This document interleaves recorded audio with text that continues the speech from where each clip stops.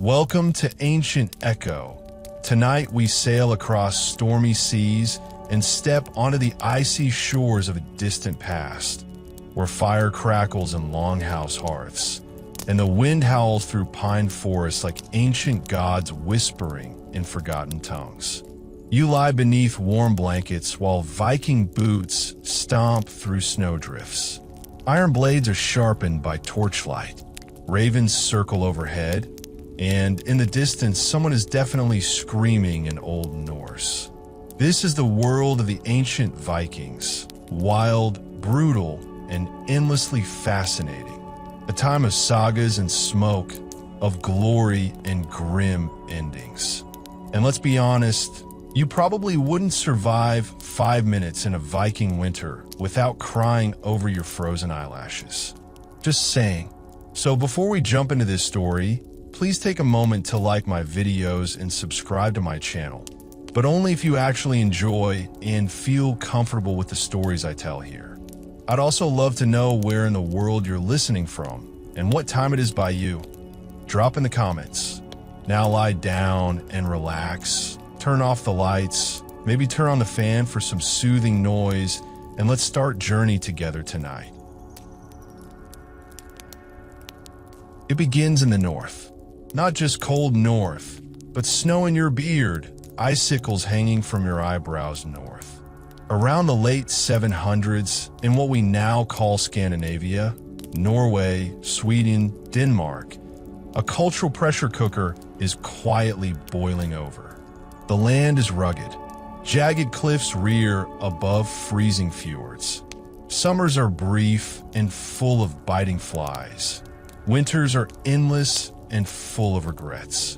And yet, nestled in the narrow valleys and sheltered coastlines are tight-knit farming communities, whispering stories of gods, monsters, and brave ancestors.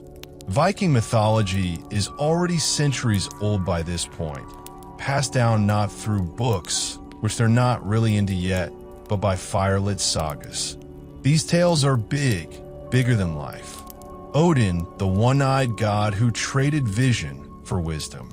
Thor, the hammer-swinging storm god with a thing for smashing giants. And Loki, the shape-shifting drama king of chaos. These gods aren't distant. They walk among mortals, meddle in their lives, and occasionally turn into animals just to mess with people. Typical divine behavior. But for all their faith in gods, the Vikings are also deeply rooted in the practical. Their lives are bound to the cycles of the earth, planting in the spring, harvesting in the fall, storing food like their lives depend on it. Because they do. A mainstream historical fact? Most early Viking communities were small, agricultural settlements, not warrior camps. They farmed barley, raised sheep, and honestly spent a lot of time just trying to stay warm and alive. The average Viking wasn't raiding a monastery. He was probably elbow deep in goat dung. Still, the warrior spirit is there, just beneath the surface. Boys grow up learning to hunt, wrestle, and row. Girls learn how to manage homes, herd animals, and survive childbirth, which honestly may have been the tougher job. Everyone listens to the old stories of battles and blood debts, of family honor and heroic deaths. And everyone believes that the greatest reward isn't peace or riches, but a glorious seat in Valhalla, as long as you die impressively enough. Fringe tidbit for you. According to some legends, Vikings believed that the sky was made from the skull of a giant named Ymir. Yep, just chilling under some old bone dome while waiting for Ragnarok. Cozy thought, huh? By the late 700s, that pressure cooker starts to hiss. Population is growing. Good farmland is getting scarce. Politics within the clans are getting complicated. A younger son with no inheritance might be looking at his older brother and thinking, what if I just took a boat and found something better? And the boats, oh, the boats, sleek, fast, shallow-bottomed longships that could glide up rivers like they were sledding through a snowdrift. Masterpieces of oak and iron, stitched with woolen sails and carved with dragon prows that would make anyone think twice about charging boarding fare. Historians still argue whether this period's surge in Viking activity was mainly due to land hunger, technological advances, or just a cultural shift toward more aggressive exploration. But whatever the reason, those icy fjords are about to become launch pads. The first recorded Viking raid hits in 793 AD at Lindisfarne, a monastery on the northeastern coast of England. Monks scribbling in quiet halls look up to see axes and flames. It's a wake-up call for Europe, and the name Viking starts gaining, let's say, a reputation. But at this early point, Viking isn't even a people, it's more of a job title. To go Viking means to go raiding. You could be a Dane, a Swede, a Norwegian, but if you're loading up a ship with axes and heading west, congratulations, you're now a Viking. There's something romantic about this era, at least from a safe distance. The idea of a people who worship gods of thunder and feast in smoky halls while plotting their next adventure. But the reality? It's hungry work. You've got to sail through storms, fight people who really don't want you there, and hope you don't die from infected splinter along the way. Still, back at home, the legends are growing. Each returning ship carries stories, some true, some wildly embellished. Did Bjorn really wrestle a bear in a French village? Who knows? Did a slog's dream really predict the tides? Hard to say, but the stories are everything. They hold families together, carry culture across generations, and fuel the next young warrior's dreams. And maybe, just maybe, as you lie in bed tonight, with the fan humming and the darkness closing in, you can hear the creak of wooden ships on black water. You can smell salt, smoke, and sweat. And somewhere in the distance, a war horn sounds, deep, mournful, and thrilling. The Viking Age is rising. The longhouse doors creak open, and the cold morning fog rolls in like a ghost. Inside, it smells of firewood, boiled fish, and sheep. A boy wakes to the sound of clanking iron, his father sharpening a tool that looks suspiciously like a weapon. His mother is already up, churning goat milk and a butter while barking orders at half-asleep siblings. This is a Viking village at dawn, gritty, noisy, and honestly kind of adorable in its chaos. Life in these early settlements isn't all swordplay and saga telling. It's mostly chores, a lot of them, and many involve mud. The average Viking household is a hive of activity, from the blacksmith pounding out iron nails to the kids collecting firewood and pretending they didn't lose the axe again. Longhouses, those low, timber-framed buildings with thatched roofs, serve as home, storage, and workshop all in one. Cozy in a please ignore the smoke and the goat chewing on the bedding kind of way. Farms are modest patches of land, carved out of pine forest and rocky soil. Barley, rye, and oats are the staples, plus root vegetables that don't mind frostbite. Livestock are essential: chickens, pigs, sheep, and especially goats. Goats provide milk, meat, wool, and occasionally tragic head-butting accidents. A quirky tidbit: some Viking children were given goat hair dolls or sheep bladder balloons as toys. That's right, before Xbox, there was goat fluff. Clothing is handmade from wool and linen, dyed with whatever plants didn't taste terrible. You might imagine fierce warriors in glistening armor, but day to day, it's mostly tunics, cloaks, and shoes stuffed with straw.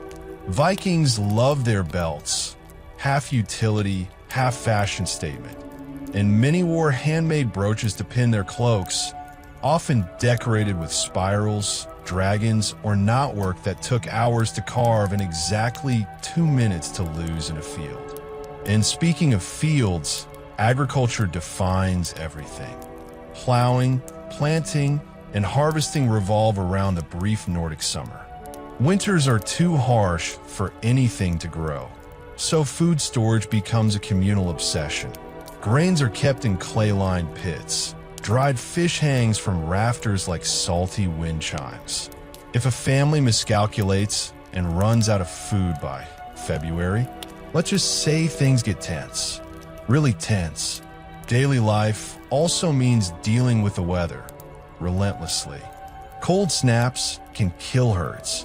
Floods destroy crops. Even summer nights get chilly enough to freeze your suit mid-sentence. But the Vikings are tough, and more importantly, adaptable. Their houses are insulated with turf and moss. Their cloaks are heavy, and their fireplaces, set in the center of each home, burn almost constantly, even if the smoke stings your eyes and makes your hair smell like a smoked fish. Religion isn't something they do once a week. It's a full-time worldview. Every rock and tree has a spirit. Every strange dream might be a message from the gods. They don't have temples in every village, but they do have sacred groves, blot, sacrifice, rituals, and carved staves inscribed with runes. Want to bless a newborn? Carve a protective rune on their cradle. Want good luck before a voyage? Sacrifice a chicken, or maybe a pig, or maybe your loud cousin. Depends how desperate you are. Historians still argue whether these sacrifices were mostly symbolic or whether human offerings were actually a regular part of Viking religious life. Some graves and written accounts hint at darker rituals, but the evidence is patchy and honestly a little open to medieval exaggeration. After all, those scary pagans across the sea made for good Christian sermon material. Back in the village, children are raised communally. Parents, aunts, uncles, and even neighbors all share responsibility. Kids learn practical skills from a young age. How to spin wool, how to set snares, how to not trip over your own tunic while carrying fire. By adolescence, most are expected to pull their weight, and then some. Boys train with wooden weapons. Girls learn to manage the farmstead, and both know that survival means being useful. But even in this rugged life, there's beauty. The northern lights shimmering above a silent fjord. The smell of baked flatbread after a week of cold stew.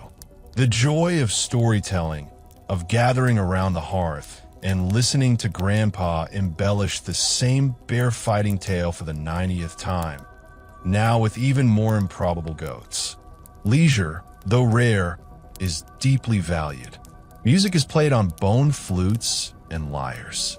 Board games like Nefataful, an early cousin of chess, are wildly popular, especially if you're good at cheating when no one's looking. Drinking is communal, celebratory, and deeply mythologized. Mead and ale flow in wooden cups during feast days, where stories are swapped, bets are made, and people definitely try to out-burp each other. Now here's something that might surprise you. Many Viking homes had steam baths, early saunas. That's right. Among all the grime and livestock, there was still time to sweat out your sins in a pine hut full of steam. Some historians even suggest that Vikings were cleaner than their European neighbors, bathing weekly, trimming beards with bone combs, and wearing scented herbs in their clothing. So, not quite the dirty savages of pop culture fame. And those runes carved into beams and bone, they weren't just decorations. They were part of an entire writing system. Elder Futhark, used for names, charms, curses, and occasionally rude jokes. Imagine graffiti that says, "Thor smells like fish," etched in runestone for eternity. Trade begins to bloom here too. Early Viking villages aren't isolated. They're plugged into wider networks via rivers and coastal routes. Furs, amber, iron tools, and even walrus ivory are exchanged for silk, spices, and silver. Contact with the wider world brings new goods and new ideas. Some curious minds start wondering what lies beyond the next fjord, the next island, the next kingdom.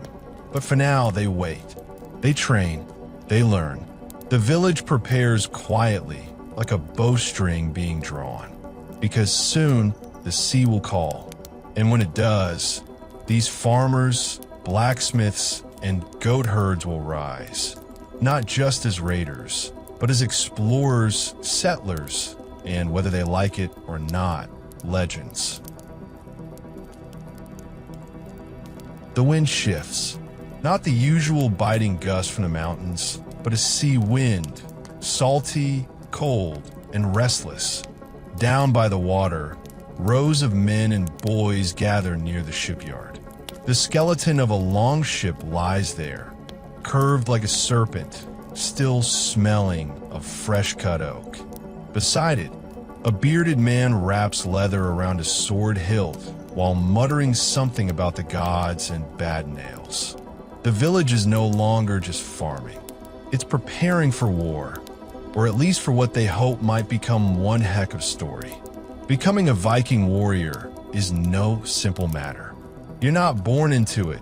You build yourself into it, one scraped knuckle at a time. From youth, every able-bodied male is expected to know how to fight, or at least not embarrass himself in shield wall. There are no official boot camps, but wrestling, sparring, and hunting double as training. If you can take down a boar with a spear, you'll probably survive a fight. Probably. Weapons are sacred, not just tools of battle, but symbols of status and spiritual power. A good sword is handed down through generations, sometimes with a name like Frostbite or Oath Splitter. It's not uncommon for blades to have their own tiny origin stories, forged by dwarves, blessed by Odin, or stolen from a rival in a tavern brawl involving questionable mead. Here's a mainstream fact to straighten the myth. Most Viking warriors didn't actually wear horned helmets. That trope came from 19th century operas and fantasy illustrations. Real Viking helmets were simple iron caps, sometimes with a nose guard or mail curtain. If you showed up to battle with two massive horns on your head, your opponents would be impressed right before they knock you over like a cow on stilts. What they did was practical: woolen tunics, layered cloaks, and padded gambesons. Chainmail was expensive and rare, usually reserved for chieftains or the wealthier class. For many, protection came from layered leather, sheer grit, and the hope that the other guy had worse aim. And the iconic round shields? Oh yes, they're very real, made from wood and sometimes rimmed with iron. They're light enough to maneuver and wide enough to hide behind. A warrior's shield was both his defense and his canvas, painted with family emblems, swirling knots, or downright terrifying animal faces designed to scare the life out of enemy farmers. Hair and grooming? Surprisingly important. Viking men often braided their hair and beards, not just for style, but to keep strands out of their eyes in battle. Combs carved from bone or antler were carried everywhere. A fringe fact for you: archaeologists have found more combs in Viking graves than weapons. Let that sink in. Cleanliness equals power. Also, no one wants to die with tangled beard knots. Initiation into warriorhood isn't formalized, but milestones matter. A first kill in a hunt, a successful trading trip, a brutal sparring match where you knock out a cousin's tooth and don't get in too much trouble. These moments forge identity, and reputation spreads fast. By the time a young warrior joins his first raid or defense, he's already heard whispers of his own name in the smoky corners of a longhouse. And then there are the berserkers, the mythical elite warriors who supposedly fought in a trance-like rage, frothing at the mouth and charging headfirst into enemy lines wearing little more than bear or wolf pelts. Some historians think they may have used hallucinogenic mushrooms or herbal concoctions to induce this frenzy. Others argue it's all overblown legend. But either way, you do not want to be in their way when the screaming starts. Historians still argue whether berserkers were an organized warrior cult or just a poetic exaggeration of brave fighters. Whatever the truth, the image of a wild-eyed Viking howling in a wolfskin cloak has proven sticky. Weapons training is only part of the preparation. Combat is strategic. Shield formation, flanking maneuvers, signal horns, even psychological warfare. Imagine standing on a riverbank as 20 longships appear from the fog, their sails black with pitch, oars slapping in perfect rhythm, and dragon prows glaring like they just dared you to run. A smart village wouldn't even bother fighting. They'd just pay up and pray. Feasts are held before departures, not just for celebration, but to invoke blessings. The warriors gather under torchlight, clanking mugs of mead and tearing into roast lamb.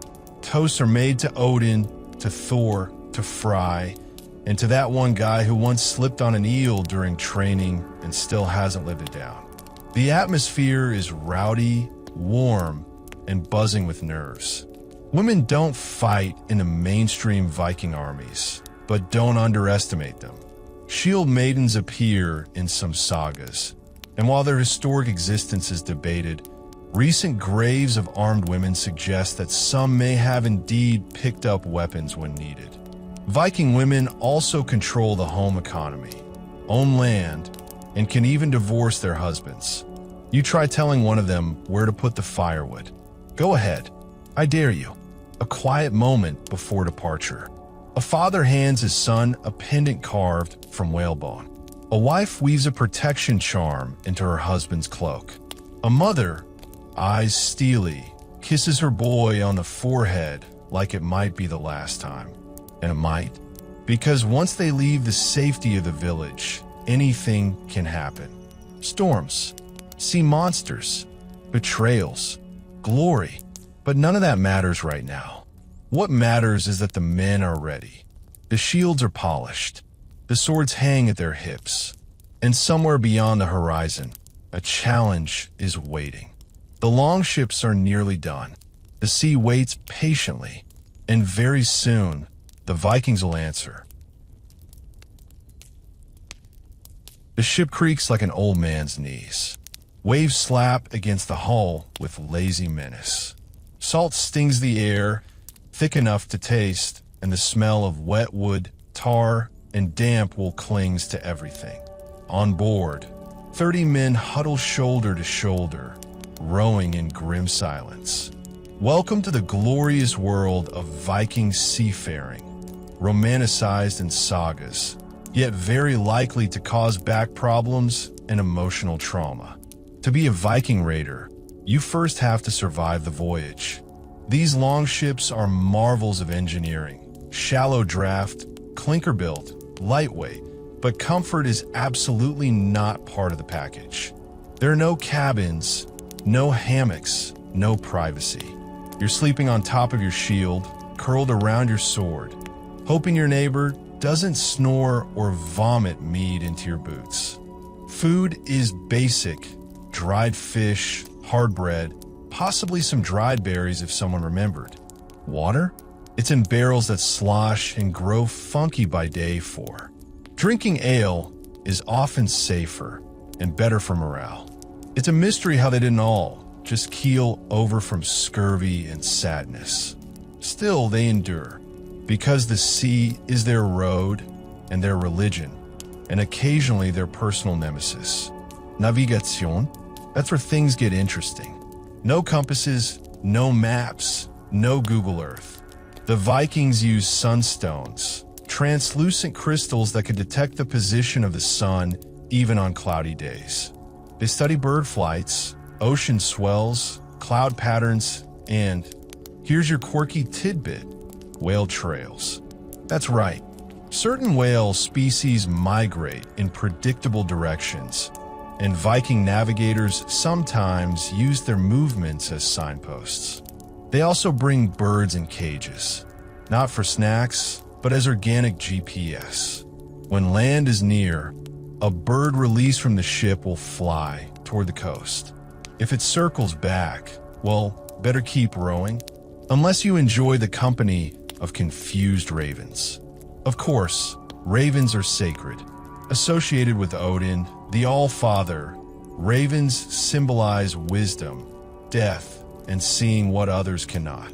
Every raiding party prays they'll guide them true, though some might whisper that ravens mean someone's not coming home.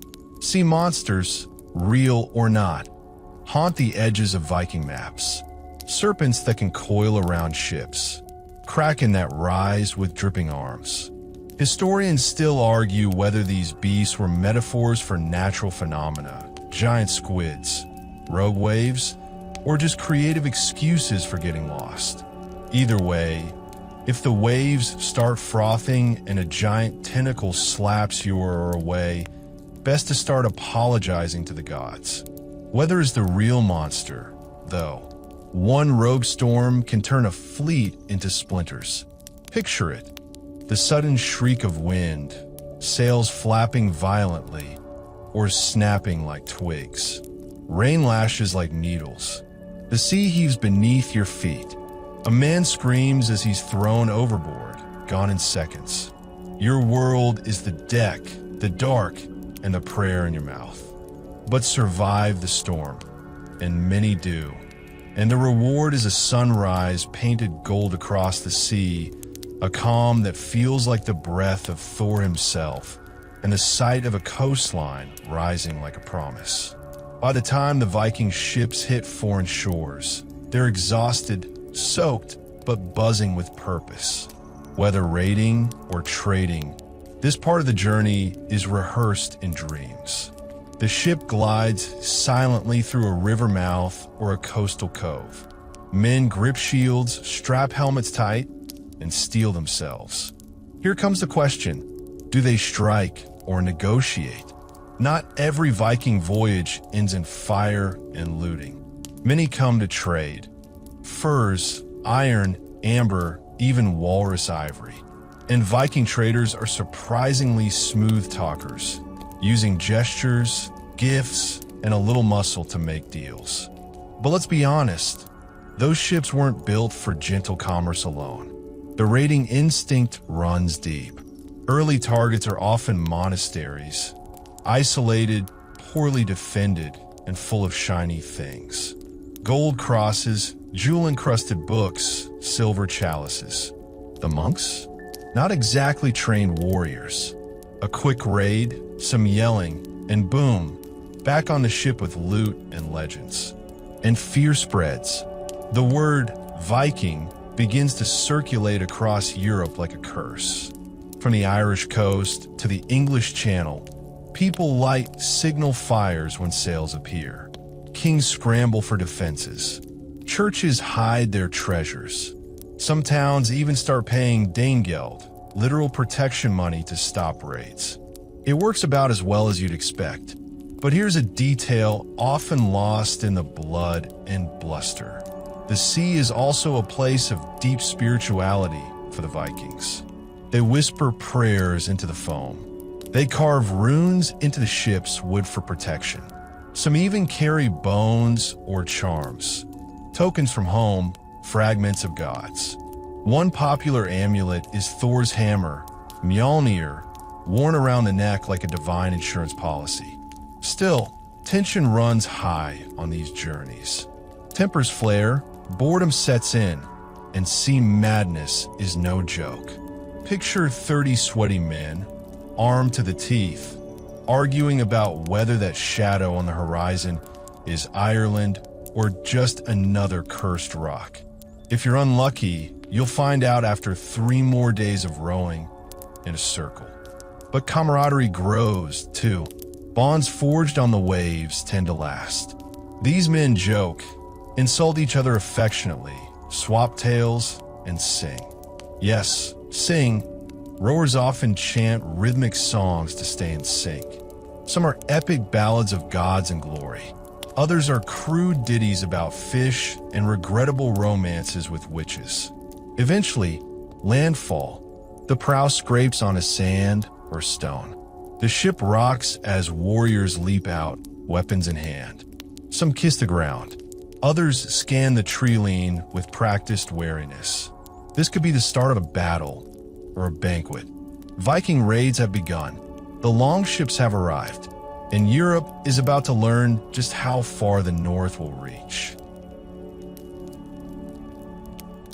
The sun barely rises before the smoke does.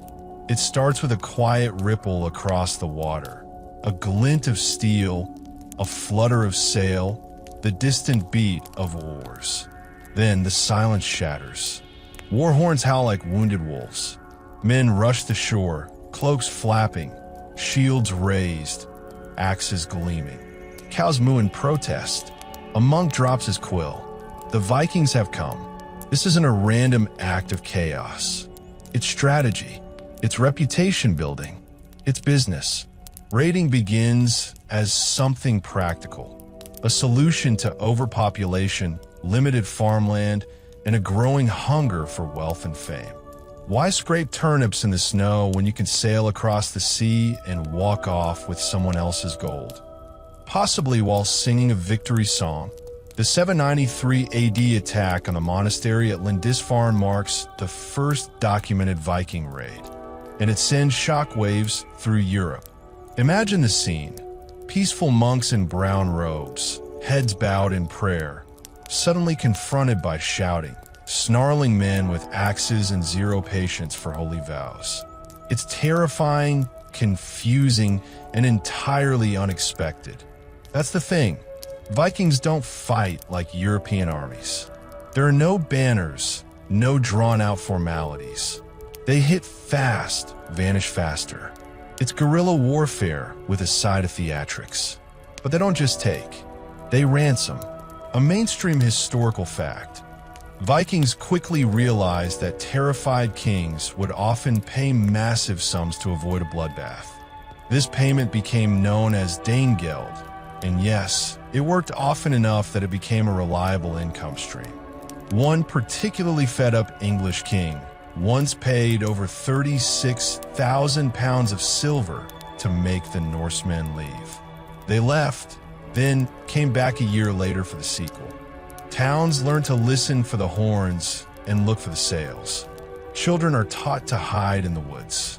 Churches bury their valuables. Still, not all Viking visitors are bloodthirsty. Some arrive simply to trade. But the line between merchant and marauder? Very, very thin. A fringe detail, Viking raids were sometimes scheduled. Yes, scheduled. During the sailing season, typically from late spring to early autumn. After all, nobody wants to swing a sword in a snowstorm.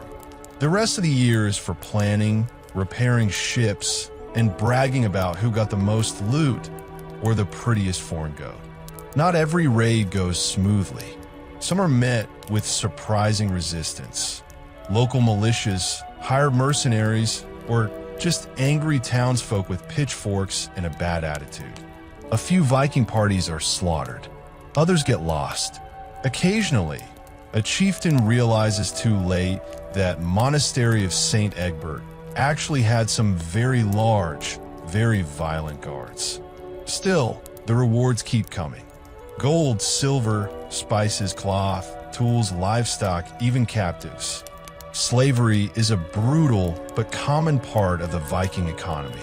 Captured men, women, and children are taken back to Scandinavia, sold in markets, or forced into labor. The Norse word for slave is thrall, and many households include at least one. Historians still argue whether the majority of Viking wealth came from looting or trading, but the truth is, it was both. The same men who raided your town in July might come back in September with furs to sell and a friendly smile. Or maybe a different smile. Hard to tell under the beard. Viking leaders rise in prominence with every successful raid. Reputation is everything. The boldest become legendary. Men like Ragnar Lodbrok, whose name echoes through sagas soaked in both myth and possible fact. He allegedly raided Paris, wore snakeskin trousers, and was executed in a pit of vipers while laughing defiantly. Did all of that happen? Probably not. But who cares? It sounds awesome. Not every Viking is in it for the violence. Some are just along for the silver or the adventure. Others dream of new lands to settle, not just sack. And as raids increase, so do permanent Norse enclaves across Europe. Parts of Ireland, Scotland, and northern England become Viking strongholds. Even Paris pays tribute after a famously awkward siege, where the Vikings blockaded the Seine and demanded snacks.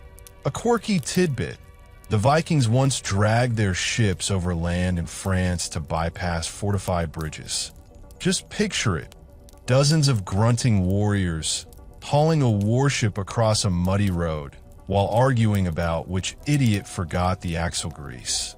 The Viking approach to conquest isn't always about brute force.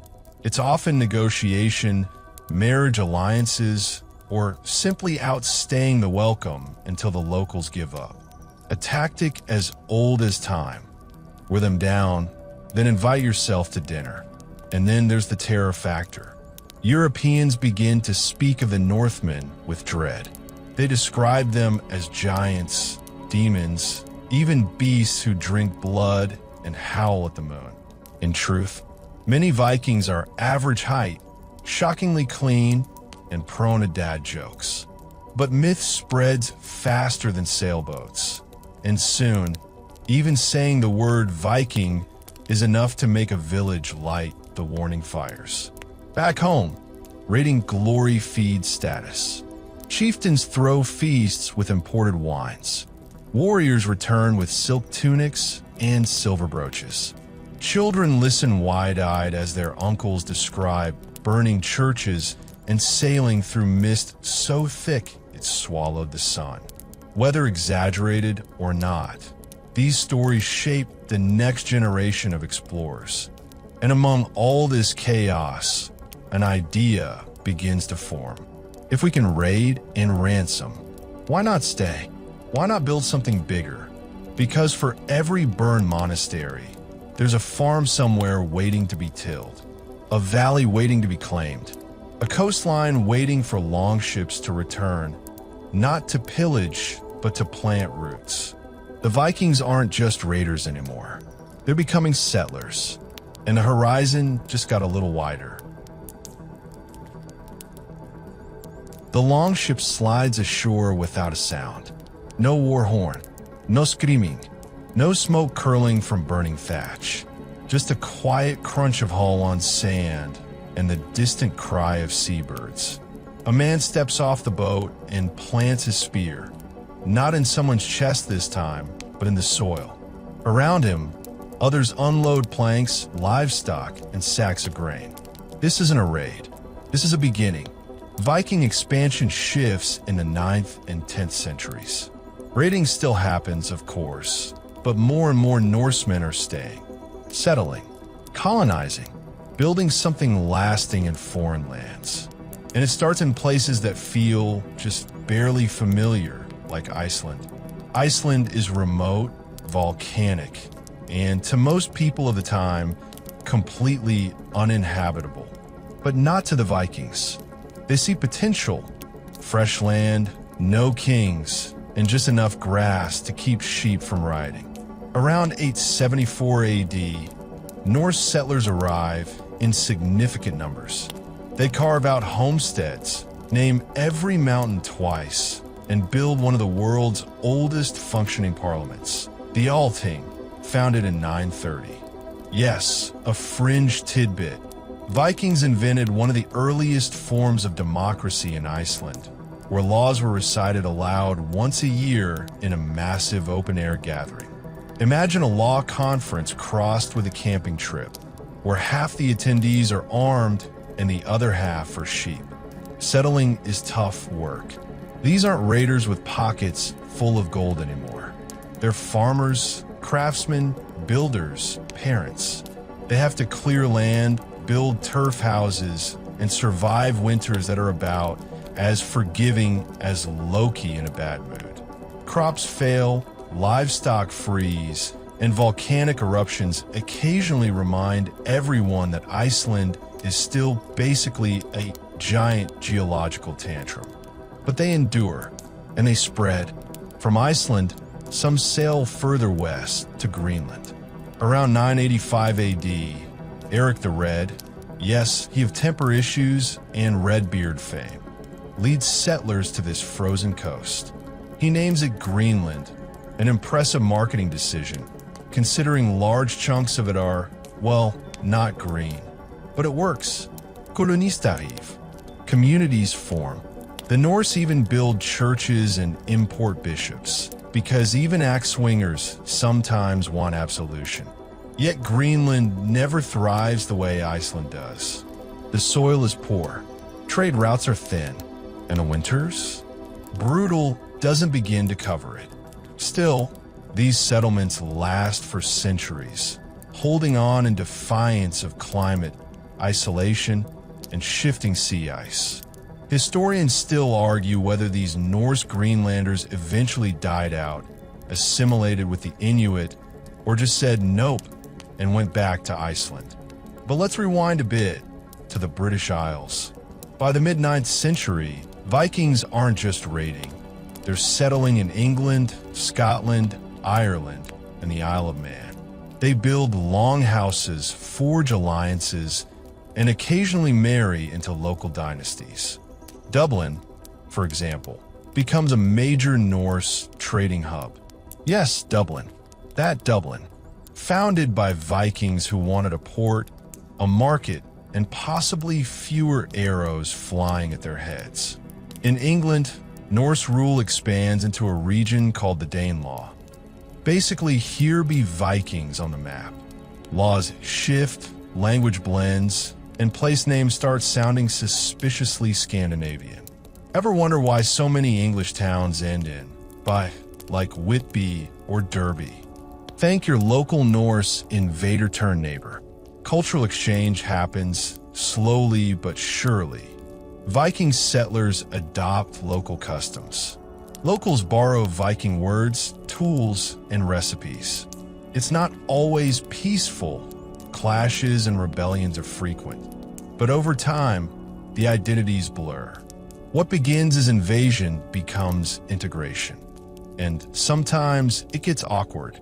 A Viking might find himself fighting other Vikings, those loyal to different kings, clans, or ambitions. Brothers meet on opposite sides of a battlefield. Kushins argue over land Dichkarft in Bona. The once clear line between us and them starts to smudge like ink in the rain. Still, the Viking world is expanding, physically and mentally. These settlers aren't just warriors. They're builders, artisans, poets. They construct bridges, carve runestones, compose skaldic verses. They bring stories and ideas from across Europe and beyond, and they adapt. A mainstream historical fact: Viking settlements were surprisingly multicultural. In trade hubs like Hedeby and York, you'd find Slavs, Franks, Anglo-Saxons, and even a few Arabs conducting business alongside Norse merchants. One Arab traveler, Ahmad ibn Fadlan, even documented Viking customs, though he wasn't especially impressed by their table manners. Spoiler, there was nose picking. But not every settlement succeeds. Some are abandoned, others vanish. Harsh weather, famine, disease, these are constant threats. A poorly timed blizzard or a botched harvest can wipe out years of effort. And then there are rival chieftains eager to take what others have built. Still, the dream persists. Viking settlers keep sailing, keep carving, keep surviving. They explore further than most of their European contemporaries would dare. Across fjords, over mountains, through forests, and finally beyond the known world.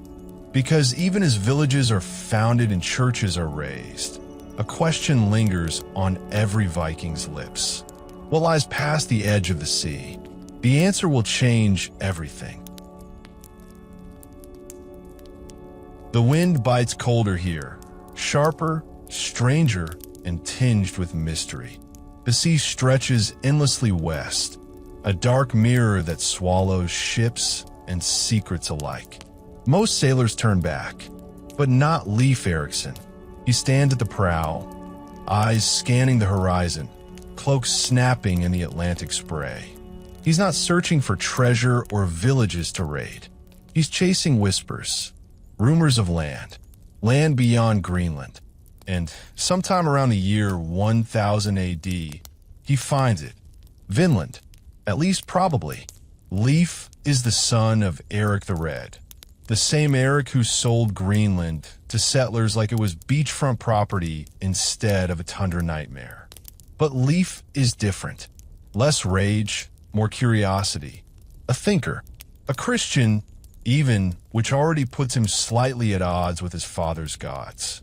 He hears tales from a sailor named Bjarni Herjolfsson, who once sighted a strange forested coastline after getting epically lost at sea. Leif decides to go find it for real. So he sails west and finds land. He calls it Vinland, possibly due to the wild grapes or berries he and his crew supposedly discover. It's fertile, forested, rich in game. Nothing like icy Greenland or lava-spitting Iceland. The exact location of Vinland is still debated today. Some say Newfoundland, others argue for Nova Scotia, and some even suggest further south. Historians still argue whether Leif's voyage was a brief fluke or the beginning of something bigger. But the fact remains, centuries before Columbus stumbled upon the Caribbean looking for India, Norsemen stepped foot in North America. Let that sink in. They build temporary camps, possibly at a site now called L'Anse aux Meadows in Newfoundland, a UNESCO site today. They fish, explore, chop down trees. But they don't stay. Not for long. Why? Well, for one, the Skrælingr. That's the Norse term for the indigenous peoples they encounter. Possibly the ancestors of the Beothuk or other First Nations groups. Relations are tense. The Norse are used to taking what they want. The locals are not amused. Clashes erupt. Spears fly. One saga describes a terrifying scene where the Vikings are ambushed and barely escape to their ships, bloodied and shaken. And remember, these aren't massive armies landing. Just a few dozen men, far from home, trying to make camp in someone else's backyard. It doesn't go well. Also, supply lines are a nightmare. It's hard enough keeping a Greenland outpost alive. Imagine restocking a colony across a freezing ocean with storms that could swallow your fleet whole. Plus, let's face it, North America wasn't filled with gold or easily intimidated monks. From a Viking economic perspective, it's a tough sell. A quirky tidbit here. One saga mentions that the Norse tried making cheese in Vinland and were very excited about it. Cheese, the true treasure of the New World, apparently. Leif returns to Greenland, but others follow. His brother, Thorvald, tries to set up camp. He is killed by a spear. Another expedition ends in disaster after internal feuding. Eventually, Vinland is abandoned, fading into legend and saga. But the idea never dies. The Norse leave traces. Tools, structures, even stories passed down in whispers of lands where trees grew tall and winters weren't so cruel. For generations, Icelanders speak of the Western lands as a kind of mythic echo. Real, maybe, but unreachable. Still, the impact is enormous. The Norse proved it could be done. They crossed the Atlantic in wooden ships centuries ahead of their time. While Europe still believed in sea dragons at the world's edge, the Vikings already knew the world was bigger than anyone imagined. But exploration doesn't stop with Vinland. The Viking trade routes stretch astonishing distances. From the icy north to the warm sands of the Middle East, Norsemen travel by river and sea, hauling amber, furs, swords, and bringing back silks, spices, and silver coins stamped with Arabic script. Some even serve as bodyguards. Yes, Vikings in Constantinople. The Varangian Guard was an elite unit of Norse warriors who served the Byzantine emperors. Imagine towering blonde men in bear fur cloaks, swearing oaths in Old Norse, patrolling the marble halls of the Eastern Roman Empire. Sounds like a TV show waiting to happen. Yet even with these far-flung adventures, something's changing back home. The age of wide-open opportunity is closing. Land is no longer abundant. Feuds grow deadlier. Kings begin tightening control. The Viking spirit, restless, independent, fiercely proud, starts to feel cornered.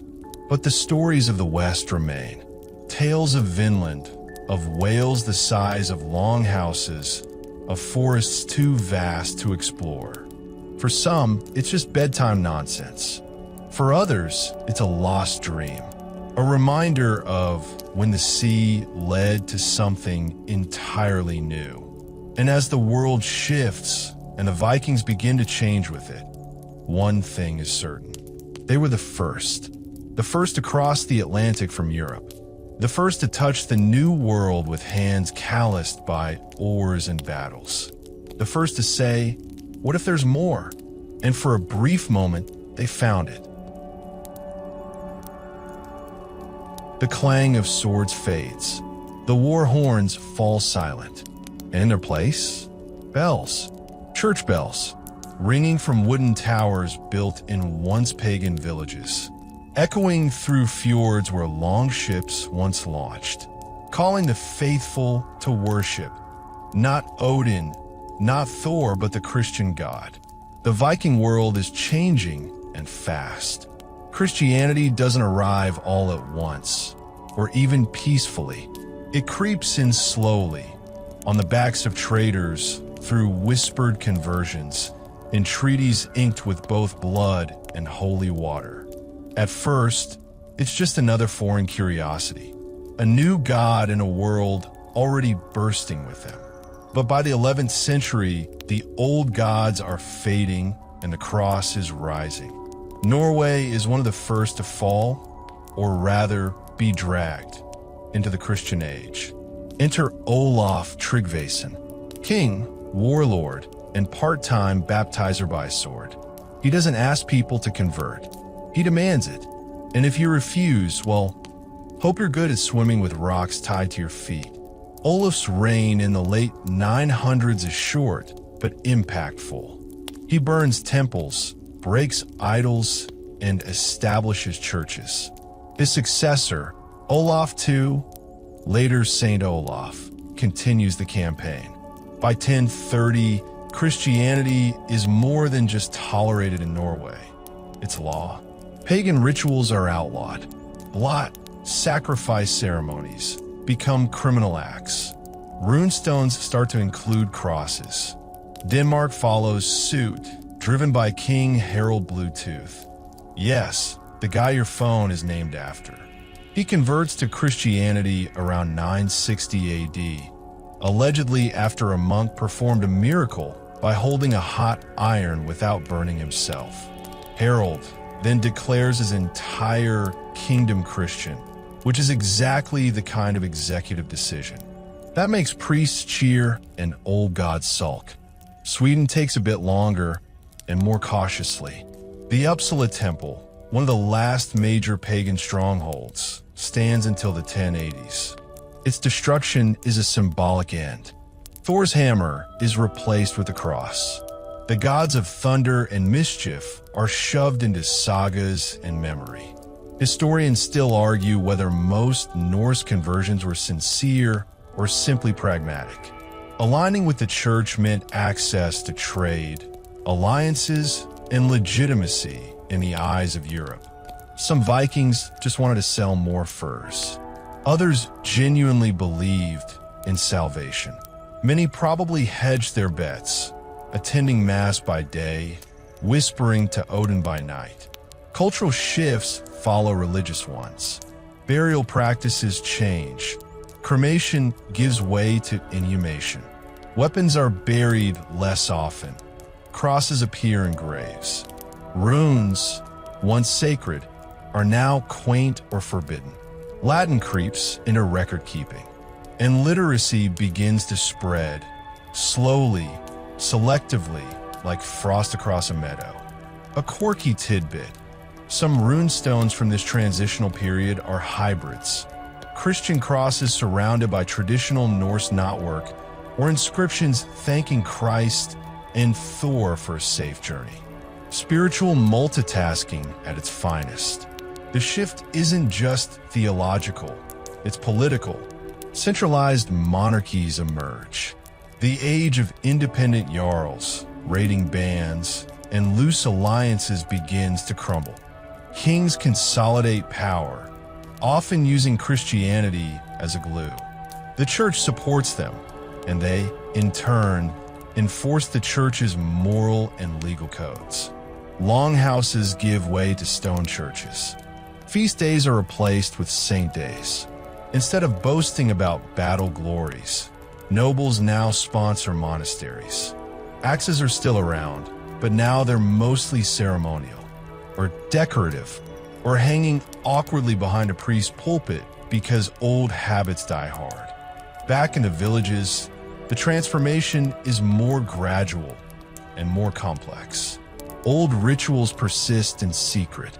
People still carve protective runes into doors. They whisper charms when tending crops. They wear Thor's hammer and the cross, sometimes on the same necklace. Religion, after all, isn't just belief, it's culture, identity, memory. The skalds, poets and storytellers, adapt too. Their sagas evolve. They don't stop telling the old tales of gods and giants, but the tone changes. The myths become distant, dreamlike, framed as stories from a lost time. The age of heroes becomes the age of martyrs. Even language shifts. Norse blends with local tongues, especially in the Danelaw regions of England. Words like knife, egg, husband, and sky all come from Old Norse. So does Thursday, Thor's Day. You still say his name every week, whether you believe in him or not. And a rating? It slows. Oh, there's still battles. Viking mercenaries fight in far-off wars. The Varangian Guard still swings its axes in Constantinople. But the days of sudden coastal strikes, of terrified monks and burning monasteries, are ending. European defenses improve. Ports are fortified. Viking fleets meet more resistance and less success. Eventually, raiding becomes inefficient. What's the point when trade is more profitable? When land can be bought, not taken. When your cousin is now a bishop and your daughter's marrying the son of a French nobleman. The Vikings aren't gone. They're just different. Still warriors, still sailors, still storytellers, but no longer the shadow in the mist, no longer the thunder on the shore. They've joined the world they once terrified, and in doing so, they've reshaped it. The sword rusts, the runes fade, the last oar stroke settles in a history's tide. By the late 11th century, the Viking age, born in fire and foam, is quietly slipping into memory. But the world it shaped, very much still here. Let's rewind to England, where the Viking presence left some of its deepest and most visible marks. Throughout the 9th and 10th centuries, Norse chieftains, war bands, and settlers flooded the coasts. The Danelaw grew stronger. Towns like York, once Roman strongholds, transformed into Viking trading hubs. You could buy a broadsword and a barrel of salted herring on the same street, if you didn't trip over a pig first.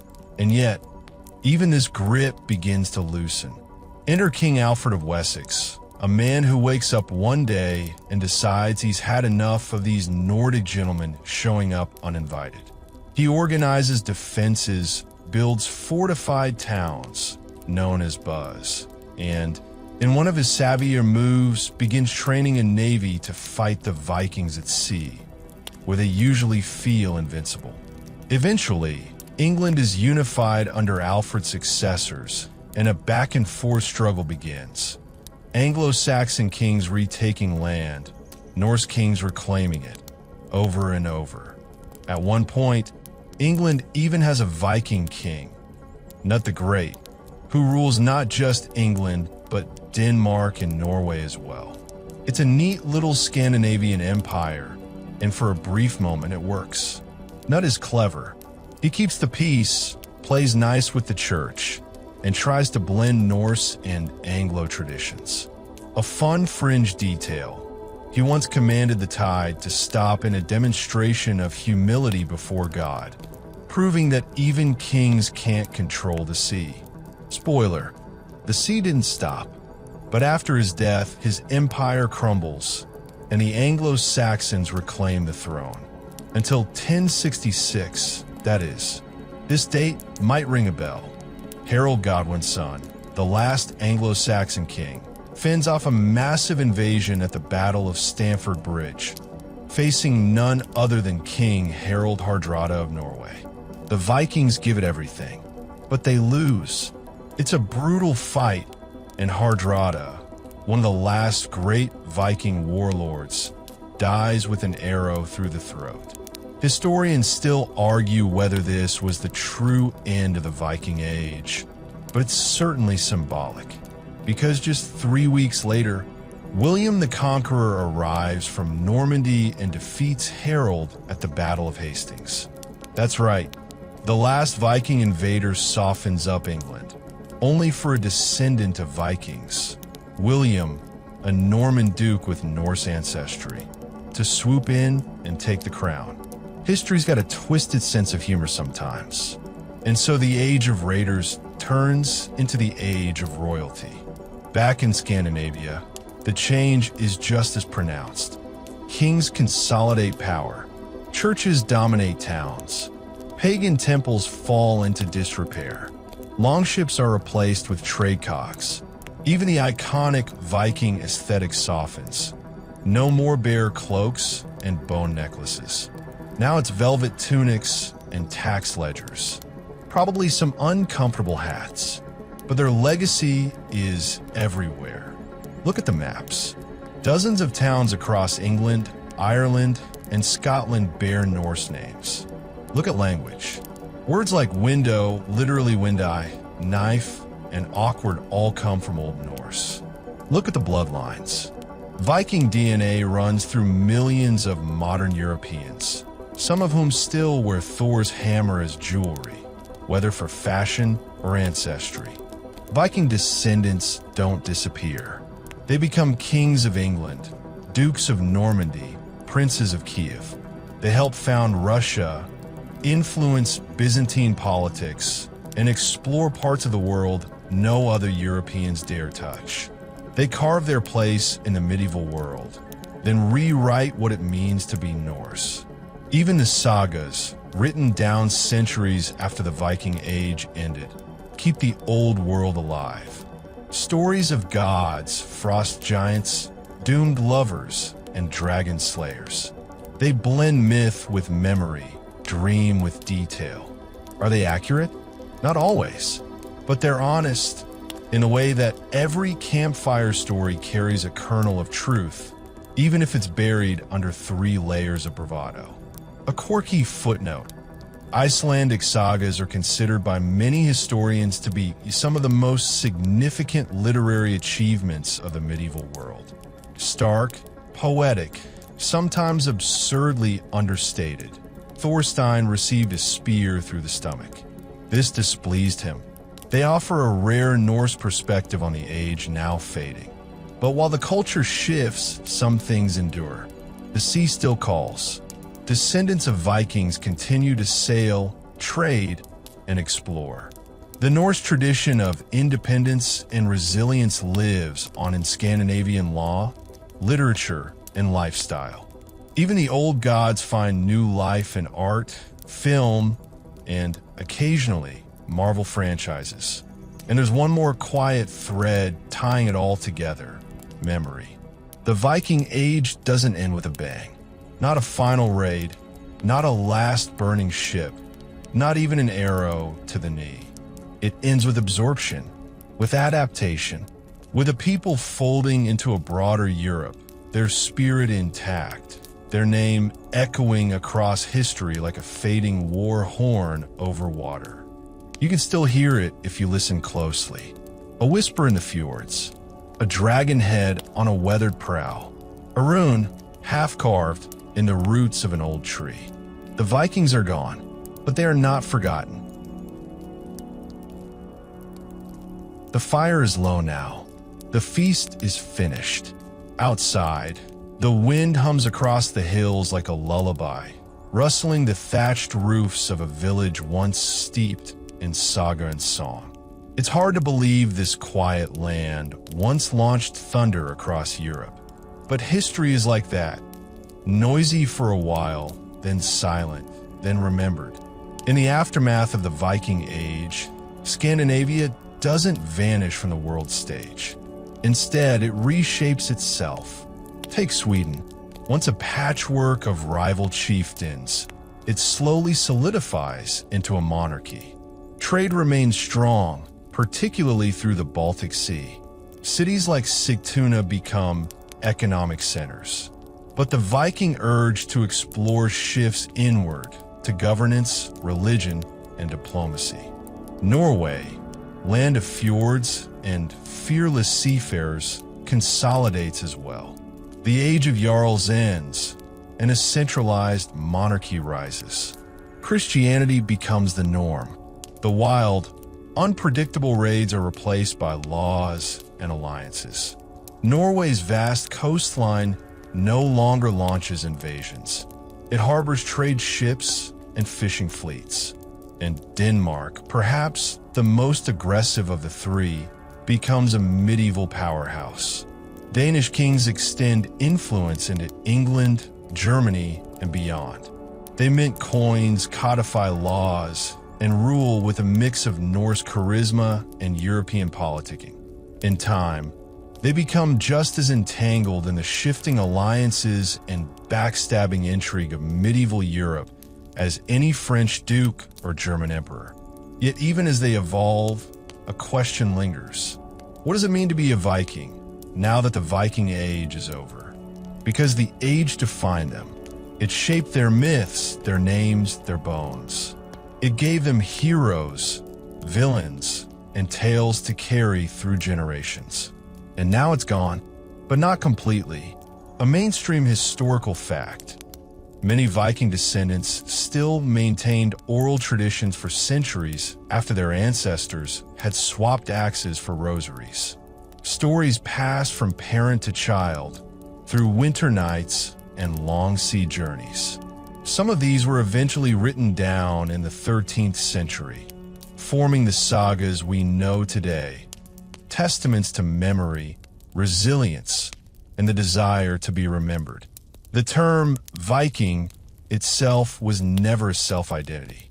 It was a job, a seasonal profession. To go Viking meant to raid, trade, explore. Not everyone did it. Most Norse people were farmers, blacksmiths, fishers. Their days were spent raising goats, not setting fire to monasteries.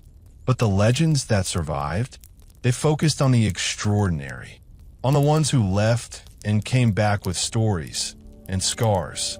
A quirky tidbit: some Viking warriors retired into peaceful life and became poets. Skalds, to be precise. They composed verses celebrating feats of bravery, real or exaggerated, and preserved family lineages through rhythm and rhyme. In a culture without written records, a well-remembered poem could outlast a kingdom. Today, we look back at the Vikings through layers of myth, romanticism, and occasionally ridiculous horned helmets, which they absolutely did not wear. Sorry, opera fans. We see them in pop culture, in novels, in games, in metal band logos. But the truth is both grander and grittier. They weren't just bloodthirsty raiders or noble savages. They were people, complex, contradictory, clever.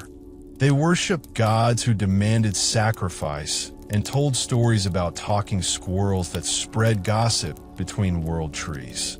They believed in fate, in honor, in making a name that would outlive their bones. And when the world changed, when kings demanded taxes and priests demanded baptisms, they adapted. They buried their idols, wore crosses, and signed treaties. But they never stopped telling stories. Even now, their myths persist, shaped, retold, reimagined. Thor and Loki headline movies. Odin and Freya appear in video games. Runestones inspire tattoos. And somewhere, probably in Reykjavik or a forest in Norway, a child still hears the tale of Ragnar Lodbrok sailing into battle wrapped in snakeskin. Because some fires, once lit, never go out. The Viking age ends. But the Viking spirit? That's harder to kill. So next time you hear thunder crack across the sea, or see the moon reflected on still water, or feel the tug of the unknown, you're not alone. That's just the echo, an ancient one, carved in wind, salt, and stone. The stars hang still above the fjords, mirrored on black water, so calm it seems frozen in time. Somewhere, a torch flickers in a longhouse. Inside, old men sip ale, children drift off beside hearth fires, and a storyteller clears his throat. Because the story must be told. Again, even now, even at the end, the Viking age has passed into memory, but what remains is more than ruin or relic. It's a living story, a chain of echoes stretching from the ancient forests of Scandinavia to distant shores once deemed unreachable. You can still trace it in the quiet valleys of Iceland, where sagas were first inked onto calfskin and preserved like holy scripture. In the carved dragon heads that adorn modern Scandinavian festivals, roaring defiance across the centuries. Even in the modern languages of English, Norwegian, and beyond, where Norse words have quietly embedded themselves like pebbles in a riverbed. Take a look at your own vocabulary. Sky, window, husband, anger, law, all of them Norse-born, all of them quietly hitchhiking across history. And beyond the words, there's the culture. The Norse sense of law and balance lives on in the Icelandic Althing, still functioning after more than 1,000 years. Their communal decision-making, their respect for free speech, their deep-rooted value of honor over status. These weren't just quirks. They were guiding stars. In many ways, the legacy of the Vikings isn't in their violence, but their voice. They navigated oceans without maps. They built ships without nails. They carved myth and meaning into wood, into bone, into stone. They passed wisdom by firelight and justice beneath open skies. And somehow, despite wars, religion, and time, they're still speaking. The archaeological record continues to surprise us. Ship burials unearthed in unexpected places, runestones discovered under modern sidewalks, silver hoards lost in forgotten fields. Every generation rediscovers the Vikings in a new way, not always as raiders, sometimes as settlers, sometimes as artists, always as humans. Even the end of the Viking age doesn't feel like a death. It feels like a transformation. The same families who once burned monasteries are now bishops, kings, poets, or traders. The same ships that once crossed the Atlantic now lie preserved in museums, admired for their elegant engineering. The myths that once explained the cosmos are studied as literature and retold to audiences far beyond the reach of Odin's ravens. Historians still argue what Viking even means. Was it a job? A culture? A movement? The truth, as always, is messier than the label. But what's clear is this: the Vikings made the world bigger, and in doing so, they made it stranger, wilder, and more connected. They didn't just take from the world. They gave it a rhythm, a sense that beyond the fog, there was always more. More land, more stories, more to understand. And now, in this quiet moment at the edge of sleep, you've walked the path they once did. You've stood at the bow of a long ship, felt the burn of salt on your face, heard the clash of steel in a monastery hall, whispered to the gods in a pine-dark grove, held a torch against the winter and waited for dawn. And now, the story rests. It doesn't end. It only sleeps, waiting for the next curious soul to ask, what came before? Because that's the Viking legacy. Not conquest, not cruelty, but curiosity. The kind that sails toward the unknown, laughs into the wind, and dares to write its own saga.